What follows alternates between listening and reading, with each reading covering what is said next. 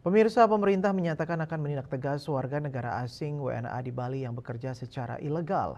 Menteri Pariwisata dan Ekonomi Kreatif Menparekraf Sandiaga Salahuddin Uno dalam keterangannya yang dilansir di Denpasar Minggu 11 Agustus menyampaikan tindakan tegas yang bisa dilakukan adalah mendeportasi WNA yang melanggar regulasi.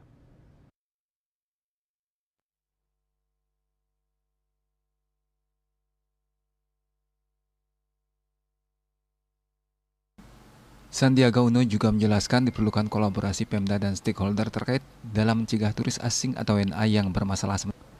Sementara itu, Adia Tama, Kepariwisataan dan Ekonomi Kreatif Ahli Utama Kemenparekraf Nia Niscaya menyampaikan, menurut data BPS, wisatawan mancanegara yang datang ke Bali menunjukkan pertumbuhan yang positif, yakni mencapai 2.911.155 kunjungan atau naik 23,61% dibandingkan periode yang sama di tahun 2023. Wisatawan yang berasal dari Australia mendominasi kedatangan Wisman ke Bali, diikuti India, Tiongkok, Amerika Serikat, dan Singapura.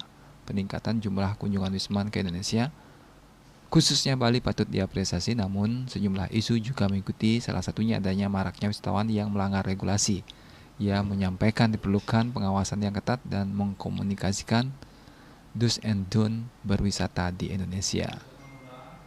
Di pihak lain, Kepala Dinas Pariwisata Provinsi Bali, Cok Bagus Pemayun menjelaskan telah dibentuk Satuan Tugas Satgas Tata Kelola Pariwisata yang melibatkan seluruh stakeholder untuk mengawasi semua aktivitas kepariwisataan setelah banyaknya laporan tentang turis asing yang bekerja secara ilegal di Bali. Bisnis Bali melaporkan.